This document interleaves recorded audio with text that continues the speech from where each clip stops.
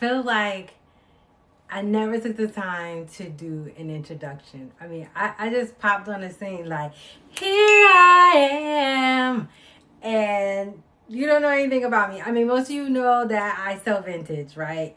Or I don't know, I sell vintage, I wear vintage, I buy vintage, I decorate with vintage.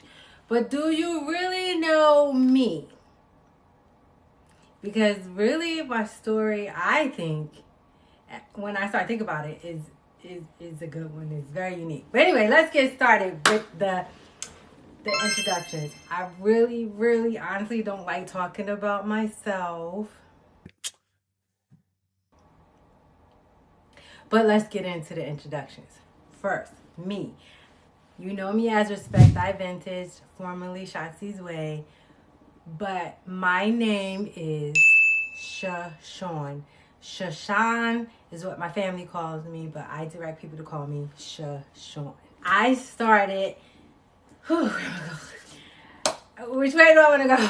So I was in corporate until 2018. Now let me give you a little bit about my background. I have an MBA in business intelligence and analytics. I have a master's in project management, and I have a bachelor's in international business. Boom, you didn't even know that, did you?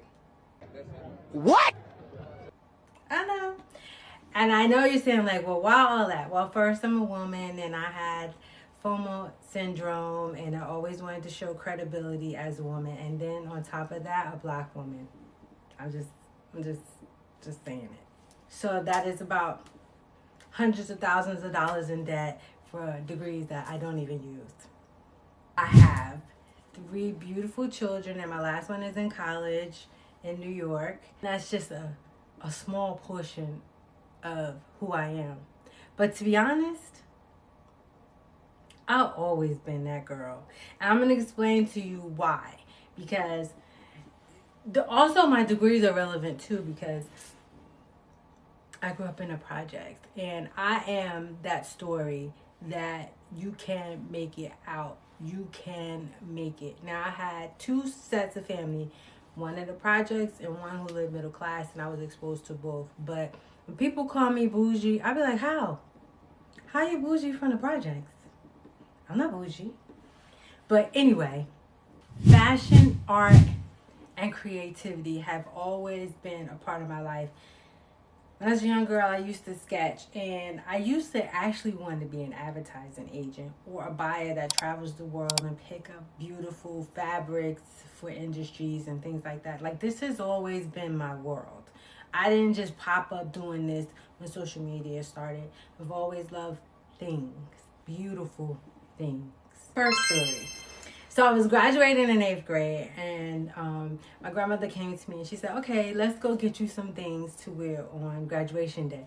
So I'm like, okay, I'm down, right? Little did she know I was down. So we go in the store, we're looking around, we're in Macy's, and back then Macy's was the place. I don't know if it was Macy's or Nordstrom, one of them, and that was the place to be to get some good high-end stuff. So remember, 8th grade. So we're walking around and I'm looking and I spot these shoes. They were nude leather with the cutout toe and heels. Leather heels. And if I can remember, they was expensive. And my grandmother looked at me and I looked at her and I was like, those are the ones I want. And she ended up getting them for me. And I did not know back then that was the start of a monster. Really, it wasn't. I didn't know. But I wore them shoes like well into high school, well after high school. I mean, them shoes got so ran down. But that's just to say that I had taste a long time ago. I've had taste for a very long time, right? So story 2. When I was in high school, my grandmother had so many nice things. I mean, and I used to, I don't know if your grandmother's had this, but my grandmother had a jewelry drawer. They didn't have jewelry boxes, and she had a jewelry drawer, and all her stuff was in boxes neatly. And I used to, when she went to work, I used to sneak in her drawer, steal her jewelry. I shouldn't say steal, right? Take her jewelry, silk shirts. I'm talking about real jewelry. Her silk shirts, anything fancy. And I would put it on, go to school, and then rush back home to put it back in her drawer before she came home. I was that girl then. I knew it then. I mean, like, it was in me then. Like, what? What? Little did I know who I was forming into, right? She probably knew because she was a neat freak and she knew how she went. But, and I remember I bought her, she wanted some onyx and gold and mother of pearl earrings. And she told me, like, she was just talking. And I remember I saved up my money and I bought her some 14 karat gold onyx and mother of pearl earrings. I don't know what happened to her earrings. I wish I still had them. She was so surprised, but I was in a jewelry store like, my grandmother want those, and I purchased them. I saved my money. I mean, she was so excited, and I did steal those and wear those to school too. But story 3, I was always really bold in my choices. I mean, I was wearing paper clips in my ears way before paper clips and diamonds and gold was a big thing. And this was in the 90s, 80s and 90s. But so one day I walked into a random salon and I told the woman, do whatever you want.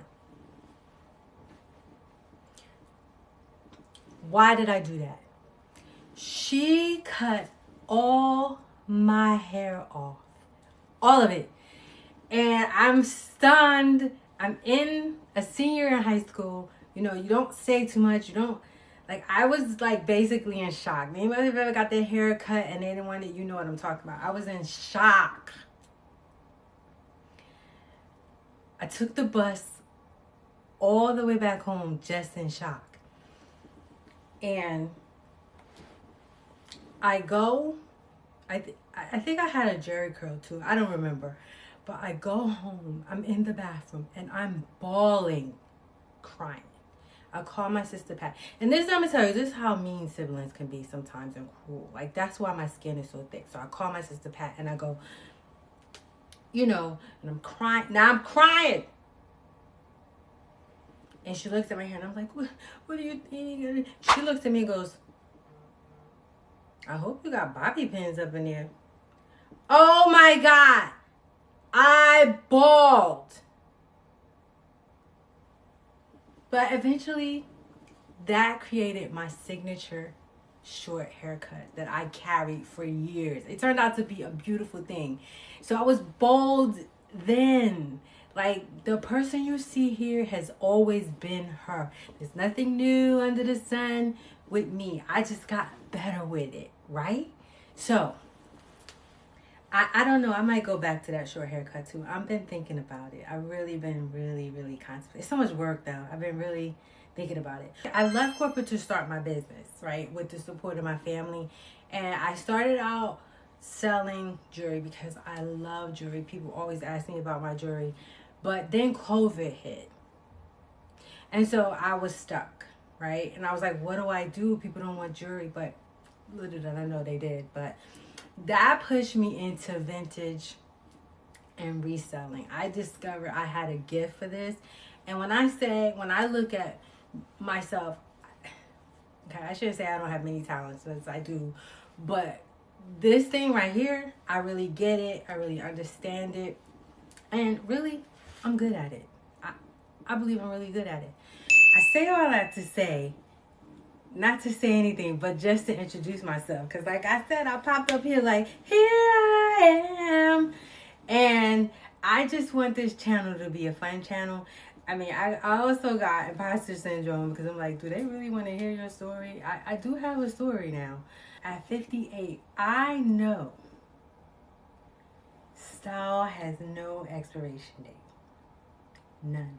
And I find myself like rooting for my age group. Like, come on, guys. It's not over for us. You know, they tell us, like, let the young people have it, whatever. I mean, they can have that part of it, but we have our part too, right? So, you know, we could talk about a lot of things here. I haven't decided if I'm going to, like, focus only on vintage here and then pick up another channel to talk about being 50 and plus and the challenges with that. We might just incorporate it all. I don't know. But anyway, I just wanted to introduce myself. I'm gonna drop a video every Friday. I'm gonna try because I'm really busy. And if you like this content, if you want to hear more from me, Ask me in what you want to know. If it's not too evasive, I will talk about it.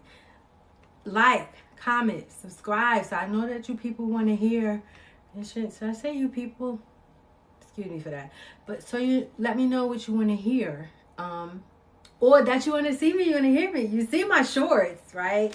You see how me getting it in, right? But anyway, I love you guys and thank you for watching me. See you next Friday. Let me just interject for a minute because I noticed that I didn't mention this one party. My husband, he is a fantastic husband. Now, I ain't said perfect.